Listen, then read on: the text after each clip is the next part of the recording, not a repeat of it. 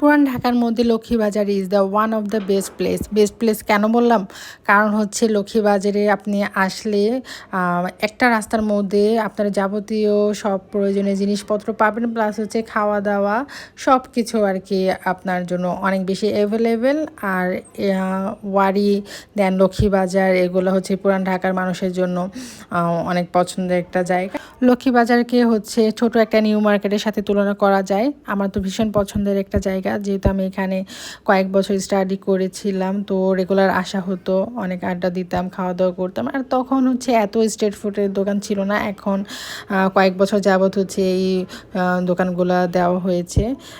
তো ভালোই হয়েছে, ভালোই লাগে। তো আমি হচ্ছে ফার্স্টে এক প্লেট মোমো নেই, রেগুলার মোমোই সবচেয়ে ভালো। আমি চিজ মোমোটা নিয়েছিলাম, একটু টেস্ট ছিল না, আর এক প্লেটে 10টা ছিল, প্রাইস ছিল 100 টাকা।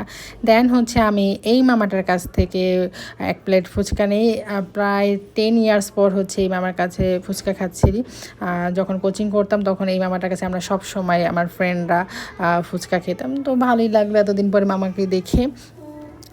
তারপর হচ্ছে আমি কয়েকটা টি শার্ট কিনি, টি শার্ট দেখতেছিলাম।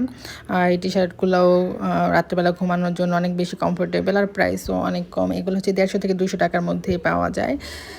আর এই জায়গাটা হচ্ছে আগে কাপড়ের দোকান ছিল, তো এখন হচ্ছে ছোটো একটা পার্কের মতো করেছে। তো আমার ঘোরাফেরা শেষ, দেন হচ্ছে বাসায় ব্যাক করলাম। এই ছিল আজকের ভিডিও। আল্লাহ হাফেজ।